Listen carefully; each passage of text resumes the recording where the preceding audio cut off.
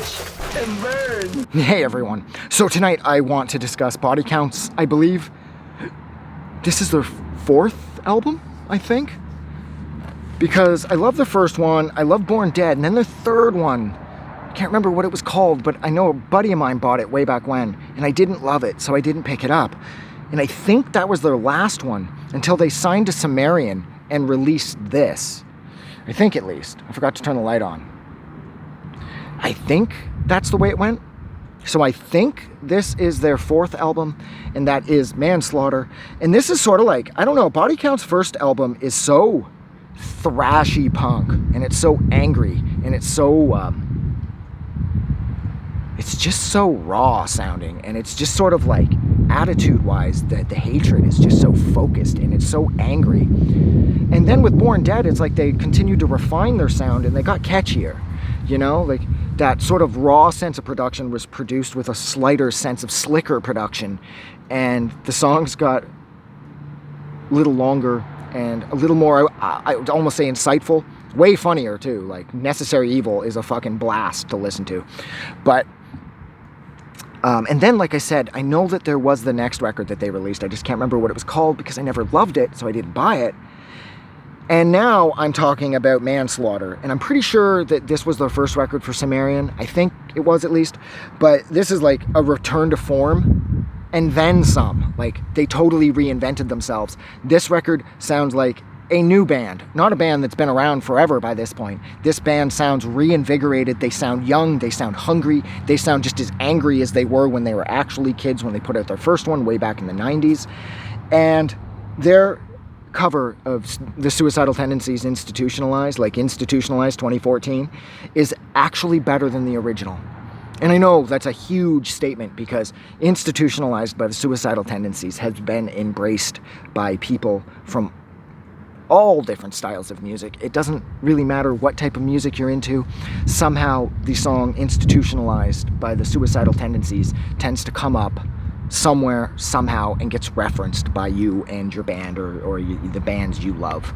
Like, I can think of so many people, like there have been so many bands that have covered this song. Limp Bizkit references this, like All I Wanted Was a Pepsi, just a Pepsi on their first record, $3 bill. And so it's like, that song is massive, but Body Count's cover of it takes the lyrics and makes them way more relatable. Whereas the original Institutionalized is more focused around teenage angst and how parents just don't understand. Institutionalized 2014 by Body Count is about losing your password and not being able to get it back because they sent your replacement password to your email address that you weren't able to get into because you couldn't access your email address, and how husbands and wives will fight horribly, and how people who are vegans believe they're better than you and like to throw it in your face by saying how they're a vegan. Do you know how much sugar is in that Kool-Aid? You know? Do you know how much blood is in the human body?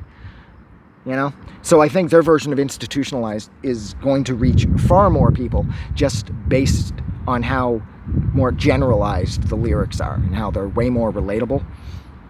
The other songs on here that I love: Talk Shit, Get Shot, Pray for Death, Pop Bubble featuring Jamie Jasta from fucking Hatebreed, and There's a Bitch in the Pit. Now, I think my absolute favorite song on here would probably be Pray for Death. It's like got that old school sort of Ice-T focus on gore and violence, like he is really, really good at doing. I always think, whenever I think of like Ice-T's gorier stuff, I automatically think of Black & Decker off Iceberg, and there's not even any lyrics to that song.